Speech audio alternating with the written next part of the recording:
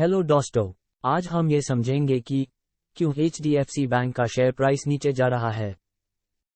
HDFC bank के shares 10% से ज़्यादा गिर गया है जब कंपनी ने अपने Q3 के रिजल्ट्स अनाउंस किए। HDFC बैंक ने लास्ट 20 ईयर्स में इन सारे बैंक्स को आउटपरफॉर्म किया है और इंडिया का बिगेस्ट बैंक आज के टाइम में है। HDFC बैंक का $60 बिलियन का मर्जर HDFC के साथ एक रीज़न हो सकता है शेयर प्राइस के गिरने का। HDFC एक हाउसिंग फाइनेंस कंपनी है जो कैश डिपॉजिट्स रेज नहीं कर सकती है, सिर्फ बैंक्स कैश डिपॉजिट से मनी रेज कर सकती है। Housing finance companies fixed deposit से पैसे रेज कर सकते हैं जिसमें उनको ज़्यादा इंटरेस्ट देना पड़ता है। हाउसिंग फाइनेंस कंपनीज के मार्जिन्स वीक हो जाते हैं जिसके रेंज 2% से 2.5% होती है, जिससे कंपनी के लायबिलिटीज इंक्रीज हो जाते हैं। HDFC बैंक और HDFC के मर्जर के बाद HDFC बैंक के टोटल लायबिलिटीज 21% से ज़्यादा हो गई है। बैंक का नेट इंटरेस्ट मार्जिन जो 4% था, ये हाईएस्ट मार्जिन है किसी भी और बैंक से, वो ऐप गिर के 3.5% का हो गया है। एक और रीज़न है HDFC बैंक के डिपॉजिट्स के ग्रोथ स्लो हो गई है, जिससे बैंक के लेंडिंग भी स्लो हो गई है। ये कुछ रीजंस हो सकते हैं HDFC बैंक के शेयर प्राइस डाउन जाने के। इन्वेस्टर्स को कंसर्न है इन इश्यूज के बारे में।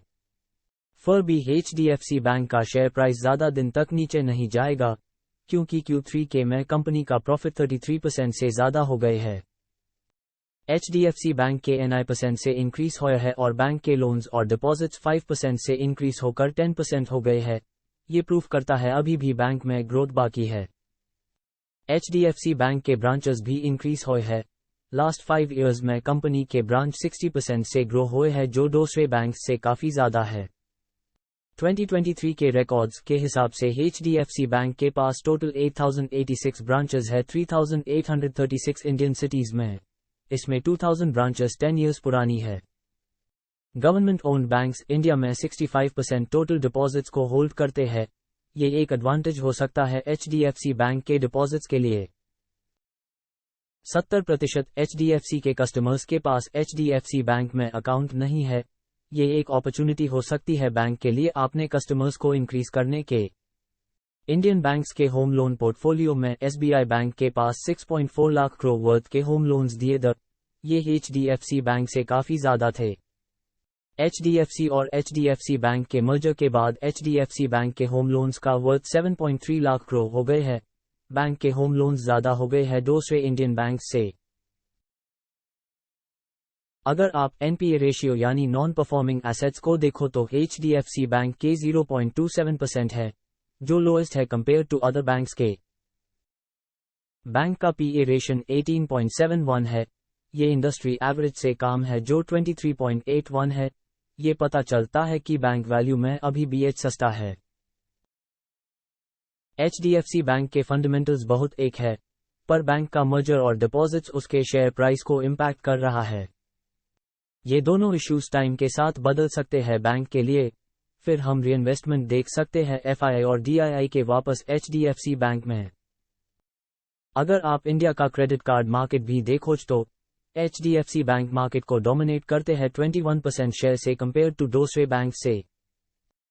HDFC बैंक के दूसरे सब्सिडरीज जैसे कि HDFC mutual fund, HDFC AMC, HDFC life और HDFC क्रेडिट, ये कंपनीज भी अच्छा ग्रो हो रही है।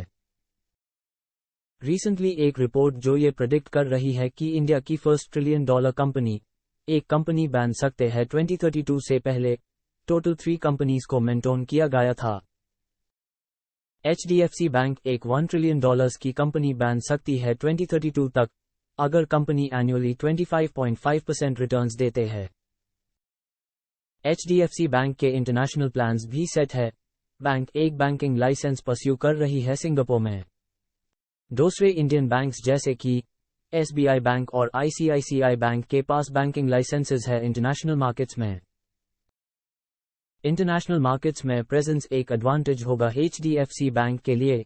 जो NRI बेस है इंडिया का, उनके भी अकाउंट खुल सकते हैं।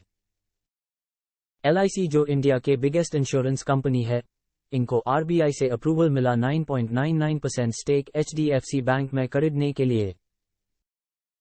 LIC को एक चीप और अंडरवैल्यूड स्टेक मिला है HDFC बैंक में। ये प्रूफ करता है कि अभी भी HDFC में बहुत ग्रोथ बाकी है। लगता है टाइम हो गया। आज के लिए सिर्फ इतना ही। थैंक यू दोस्तों।